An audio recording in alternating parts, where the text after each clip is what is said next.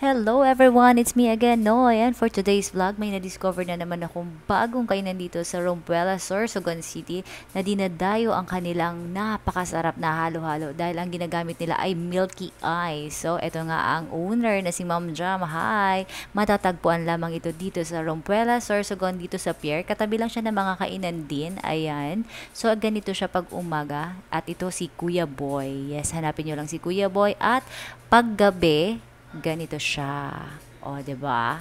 Ang ganda ng transition ko. Kaya kung naghahanap kayo ng bagong makakainan dito sa Sorsogon City, punta lang kayo dito sa Rompuelas. Dito lang to sa pier. Kahilera lang siya ng mga kainan din dito. So makikita nyo agad siya kasi ang ganda ng mga lights niya. At pagpasok nyo din sa loob, napakalamig at ang ganda ng ambience niya. Mababait ang mga crew dito at maasikaso sila.